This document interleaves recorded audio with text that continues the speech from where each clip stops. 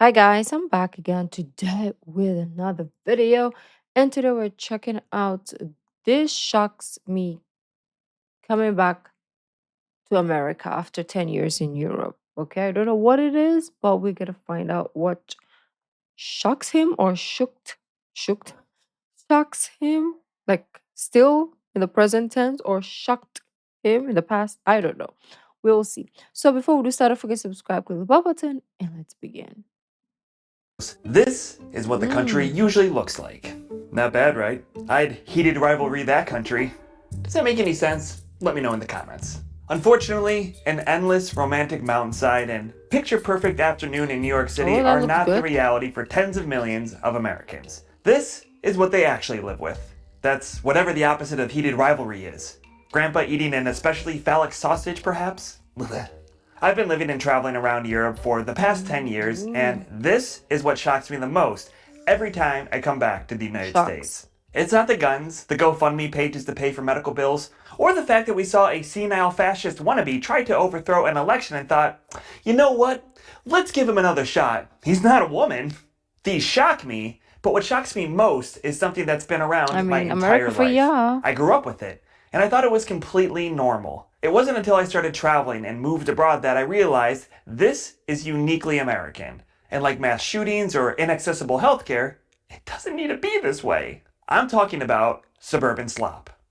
If you're new here, my name is Joe Bauer, an American immigrant based in Germany for the past 10 years, and I make videos about the reality of living abroad and everything Americans get wrong about Europe, and vice versa. Not that America gets anything Vice wrong. We have a versa. flawless track record. Just, don't ask this part of the world. They're What is suburban perfect. slop? It's a phrase I came up with when we were at the peak of AI slop being dumped into our eyeballs.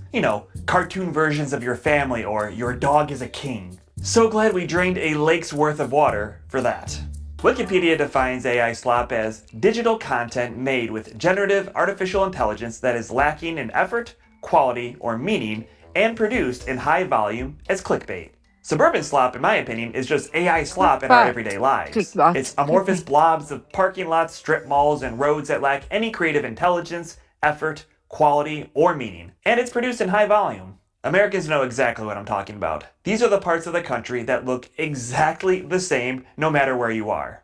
Gas stations, fast food chains, maybe a mattress store that's somehow always going out of business. These are environments hostile to everyone outside of a car. Nobody's walking on sidewalks if they, even exist at all, and there's an absolutely insane amount of space dedicated to parking. They're so nondescript you can't tell where in the country they are. You might be looking at Georgia or Illinois, communities 1,000 miles apart. In Europe, for example, northern France is going to look noticeably different from, say, southern Italy. Suburban slop features predominantly in American suburbs and exurbs. Obviously, Europe has ugly car-dependent areas too, but what's unique about the United States is how concrete spreads like a virus across the landscape, forming a kind of soulless blob of pavement from one town to the next. Even in Berlin, a city with plenty of concrete and a population of about 4 million, you can see a clear line between city and countryside just by riding your bike out of town.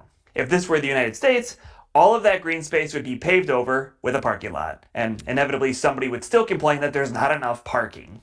And in case you were wondering where the parking is, it's everywhere. There are approximately 2 billion parking spots across the United States, with enough to pave over the entire state of Connecticut.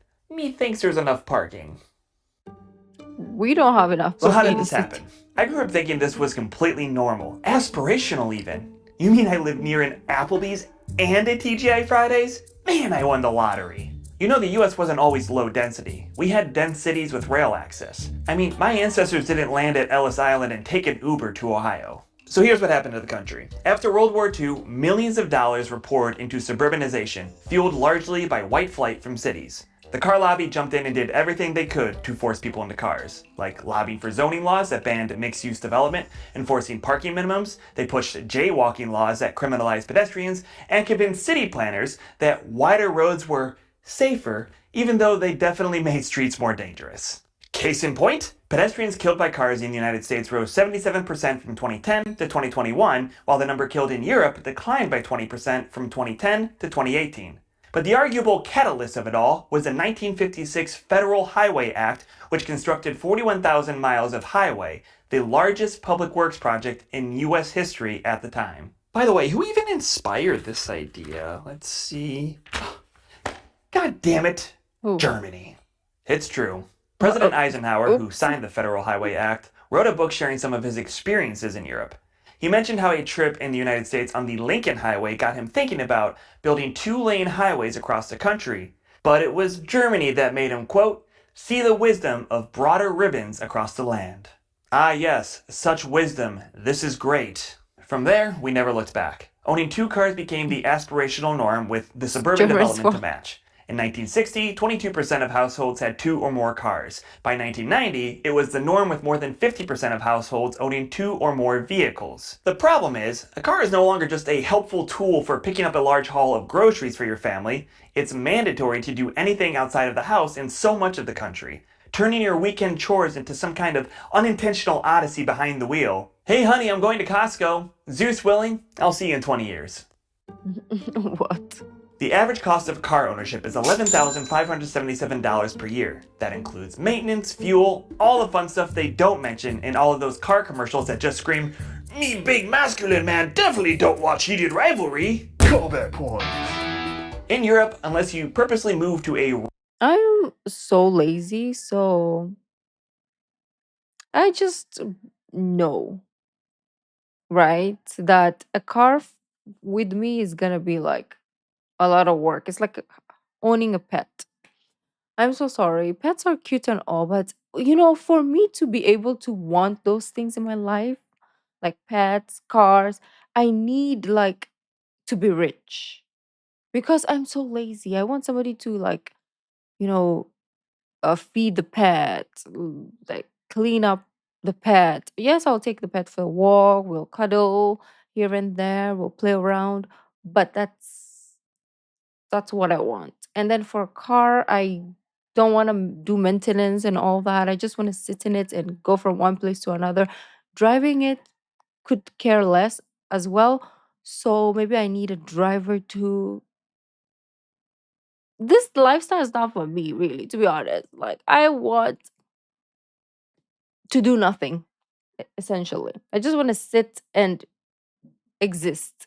Okay.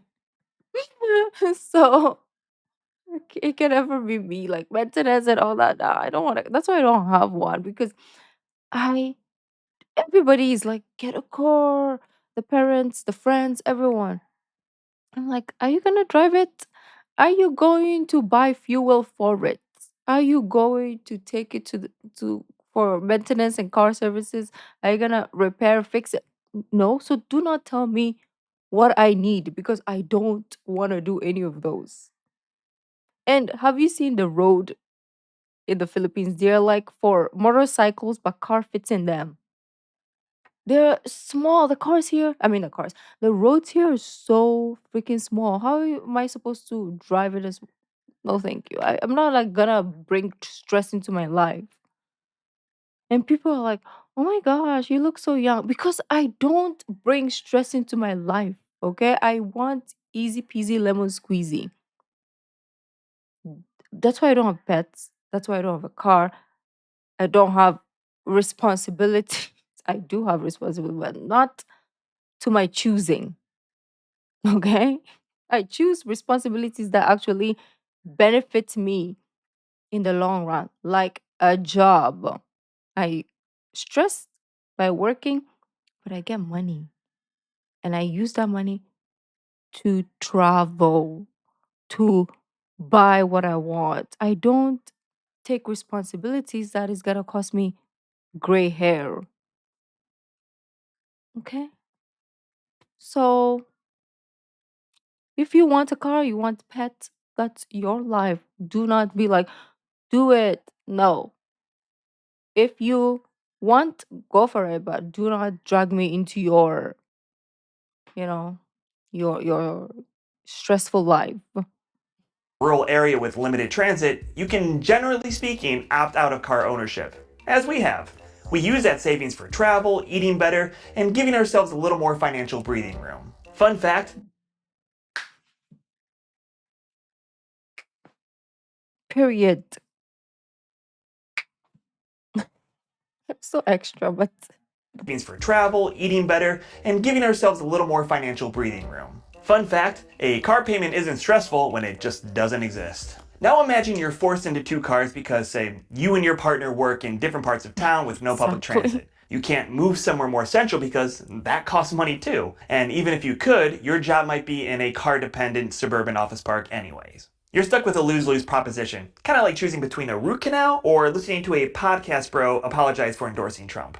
I didn't know he was going to do the things he said he was going to do. How could I have known? Even worse, car-related fatalities claim over 40,000 American lives every year, about the same as guns, and it's treated like an inevitable risk of life. At least gun ownership isn't mandatory, but in much of the US, you're viewed like a leopard if you choose not to own a car. The US traffic-related death rate is 14.2 per 100,000 residents. In Germany, considered a car country by European standards, it's 3.3. France, Denmark, Austria, Norway, and Switzerland are all under 3. But even if a car isn't killing you outright, it's doing it slowly. Suburban slop keeps you sedentary, contributing to obesity and other health issues. Roughly 40% of Americans are currently obese, up from 19% in 1990. During that same period, Americans went from driving a whopping 2.14 trillion miles in 1990 to 3.26 trillion miles in 2023, a 52% increase. I always hear Americans ask, how do Italians eat all that pasta and not turn into car balloons? They walk! Walking is one of the best things you can do for your health. But our suburban slop has made it so unsafe to walk that one study found that although Americans make fewer than half of the walking trips per day compared to Britons, we are about 6 times more likely to be killed while walking per mile traveled. If there's anything Americans can rally behind right now, I would think it's not losing to the British.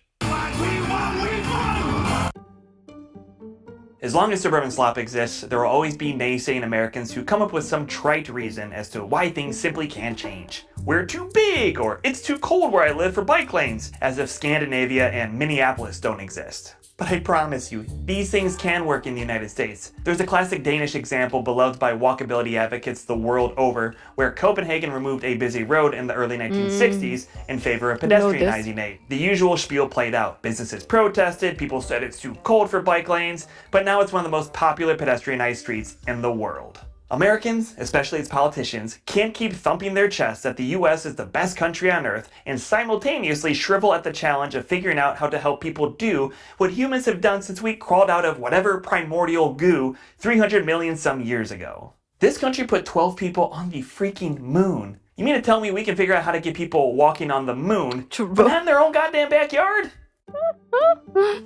There's an assumption that Americans just like their suburbs too much. The big house, the 2-car garage. So, that's just the way it is and it's the way it's gonna be. But suburban slop has been around so long, many of us are just born into it, like I was. I didn't realize I preferred dense, walkable living until I experienced it when I moved to Chicago after college and started traveling abroad. In the US, you're often pushed into less walkable communities because that's the only place you can afford a house, and home ownership remains a quintessential cornerstone of the American dream. A Redfin report found that homes within walking distance of schools, shopping, parks, and other urban amenities sell for an average of 23.5% or $77,668 more than comparable properties that are car dependent. But of course, once you're in that car dependent neighborhood, you likely need 2 cars to live your life anyway. That's not freedom. As Admiral Akbar famously put it, it's a trap. Now here's why this shocks me. I've accepted that certain places in the United States are just the way they are and aren't likely to change anytime soon. But I know in my bones that nobody, even the McMansion lover, looks at suburban slop and finds it inspiring. These are the same people who travel to Europe and come home wondering why we too can't have nice, walkable neighborhoods with public transit and long-distance trains. The truth is, things can change. Zoning laws can change, habits can change, spending priorities can change. Healthy, walkable communities shouldn't be a privilege for those who can afford them. They should be the default. Suburban slop robs people of choice. It steals your time, your money, your health, your independence, and calls it freedom. Look, I still enjoy visiting the US. I love seeing family, slipping into a greasy diner, and visiting national parks. But after 10 years in Europe, I can't unsee suburban slop any more than I can that mental image of Grandpa drooling over a heated rivalry sausage. Oh, Grandpa, not here. Okay, that is the last heated rivalry reference, I promise. at least for this video. But not everything is perfect about living in Europe, so go watch this video where I share the dark truth about living in Europe that nobody talks about. Well, not nobody, but you know how YouTube is with the big dramatic clicky titles. Yep. And I want to check that out. The dark truth, right? About Europe. Ooh. Okay. That'll be fun. Let me know if you want me to check that out. But super, super true though. Um, for a lot of people or for majority of population, um, yes, a car seems good for them. And yes, I've seen the pros of owning a car. You can go to places comfortably, smoothly, with no hassle free, right? And sometimes it doesn't allow me to go to places that I would like to or visit like places that I would like to because I don't have a car. But is it necessary to go to those places? No, I just want to because I want to see that place. But it's not necessary. And I can go by other means. It's just that I'm lazy. No, it's not because I'm lazy. It's because like I don't have anybody to go with because I don't have a car. So nobody wants to go with me. So yeah. Or people are busy and they don't have time. So I don't want to go alone.